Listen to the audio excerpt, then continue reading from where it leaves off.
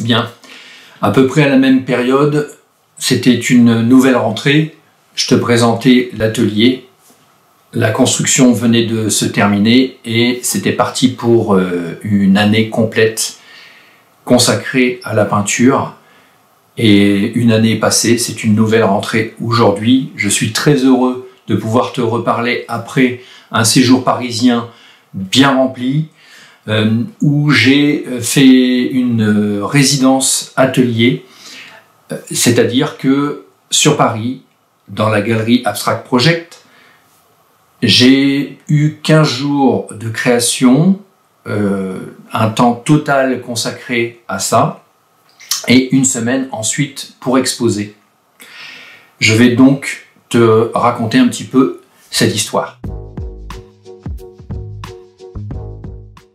La galerie Abstract Project, c'est une galerie associative qui est tenue par des artistes, donc qui est vécue comme vraiment un lieu de rencontre artistique avec différents artistes spécialisés dans l'abstraction. Ces mêmes personnes organisent le salon très réputé, en tout cas dans l'expression abstraite, Réalité Nouvelle, qui se déroule une fois par an et qui réunit vraiment beaucoup d'artistes abstraits. Et c'est un salon de très belle qualité, voilà, que j'espère à un moment intégrer, peut-être l'année prochaine, étant donné que cette année c'est un peu compliqué, notamment avec le Covid, avec les réductions budgétaires que l'État a fait dans la culture, malgré toutes les bonnes intentions données après la crise du Covid. Ça, c'est une petite parenthèse. Comme je l'ai expliqué dans la précédente vidéo, c'est un moment un peu charnière pour moi. C'est-à-dire qu'après une période vraiment de vide, est venu ce plein, est venu le moment de devoir produire. Et quand on a été longtemps sans produire, on se pose souvent ces questions. Ce moment-là était intéressant parce que du coup on avait un regard extérieur sur d'autres artistes qu'on côtoie lors de la création, on voit d'autres expressions et puis on voit du coup les réactions au moment où on crée. Et c'est vraiment intéressant, ça ressemble un peu à ce que j'ai vécu en école d'art, le truc très sympa de pouvoir échanger comme ça. C'est toujours intéressant d'avoir un regard extérieur à partir du moment où c'est bienveillant, bien sûr. Ça n'interdit pas du tout la critique. On peut tout à fait dire ça ne va pas, mais être pour autant bienveillant. Voilà, c'était un moment vraiment intéressant d'émulation parce que tout le monde produit, vraiment on est complètement à fond et avec un objectif de absolument avoir un produit terminé, ou en tout cas quasi terminé, pour l'exposition. Pourquoi je dis quasi terminé? Parce que les responsables de cette galerie ne se sont pas trompés dans cette résidence atelier en lui donnant le titre de workshop. Oui, on était vraiment dans cet esprit atelier.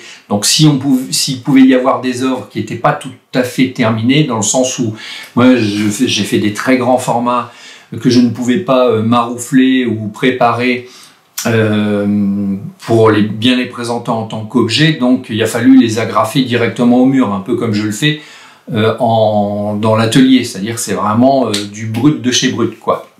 Donc c'est vraiment sorti tout frais de ça.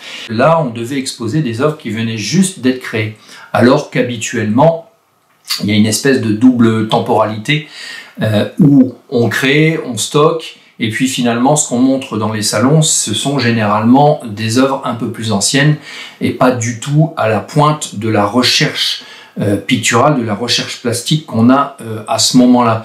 Ça, généralement, je le réserve pour mes contacts privés. D'ailleurs, si tu veux suivre justement cette actualité-là, je te mets le lien en description de cette vidéo. Comme ça, tu peux t'inscrire et découvrir petit à petit la création, et puis un peu toutes les inspirations, et bien sûr aussi il y a des ventes promotionnelles pour ceux qui me suivent. Voilà, ça c'est aussi une autre parenthèse. En fait, chaque fois quand tu fais une œuvre, c'est qu'il se passe quelque chose.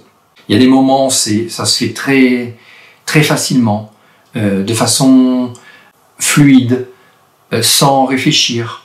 On est presque en peinture automatique et parfois c'est beaucoup plus laborieux, c'est beaucoup plus difficile, c'est même difficile physiquement. Il y a toute une dimension dans mon travail que je n'avais pas prise en compte jusqu'à présent lors de la résidence, c'est que j'ai un rapport très physique finalement à mes œuvres. Quand je parle du corps de l'artiste qui s'exprime, c'est vraiment ça, c'est le corps. Et donc ça arrive parfois qu'en fin de journée je sois vraiment exténué parce que vraiment physiquement je m'implique à fond, et notamment dans les 2 dernières œuvres il y a eu une implication physique très forte. Je montrais une vidéo sur Facebook notamment ou Instagram où tu vois qu'à un moment c'est dur, j'y vais et il y a un peu de souffrance physique dans la façon de faire, mais c'est ce qui donne aussi l'épaisseur, la présence et quelque part l'abandon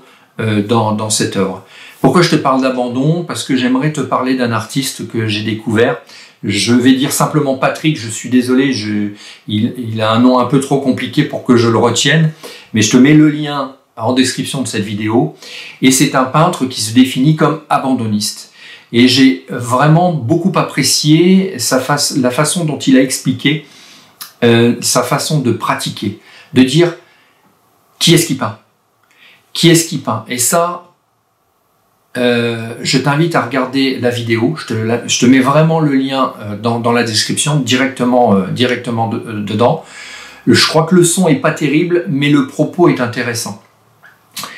Et c'est vraiment ça, c'est qui peint.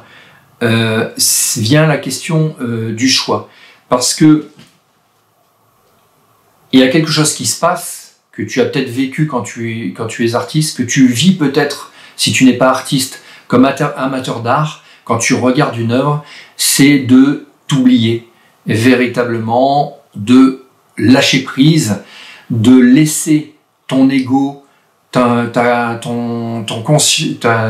qui lutte en toi pour dire j'existe, qui lutte en toi pour t'obliger à penser de telle ou telle manière, tu l'abandonnes totalement et tu fais vraiment la rencontre avec l'œuvre. C'est à ce moment-là que l'artiste a cette sensation de la peinture automatique. C'est que à un moment, les éléments viennent petit à petit. Je le vis parfois, mais pour autant, je ne le cherche pas vraiment. Dans le sens où j'accepte que même l'ego s'exprime, que même tout ce qui peut t'empêcher parfois d'être connecté, d'avoir cette sensation de fluidité, s'exprime également parce qu'elle fait partie profondément de notre nature. Et pour ma part, comme je l'ai déjà dit, mais je le redis là, c'est une peinture vraiment sur l'existence, une ontologie, c'est-à-dire une recherche vraiment sur ce qui fait que les choses sont, ce qui fait que ce que nous sommes vraiment en tant qu'être humain, ce qui fait ce que je suis au moment où je peins, ce qui fait ce que tu es au moment où tu regardes cette peinture. C'est une peinture de l'instantanéité, mais avec tout ce que peut présenter l'instant, parfois l'oubli, parfois cet ego qui revient. Il faut pouvoir tout accepter. Et peut-être que là, on est dans ce terme d'abandon, c'est-à-dire qu'on accepte vraiment les choses. On ne s'oblige pas forcément à abandonner. Abandonner, c'est un peu, c'est-à-dire recevoir les choses, mais aussi les évacuer, les recevoir, les évacuer, et pas être forcément dans une lutte permanente de l'oubli. Accepter la lutte de l'instant, et puis aller plus loin.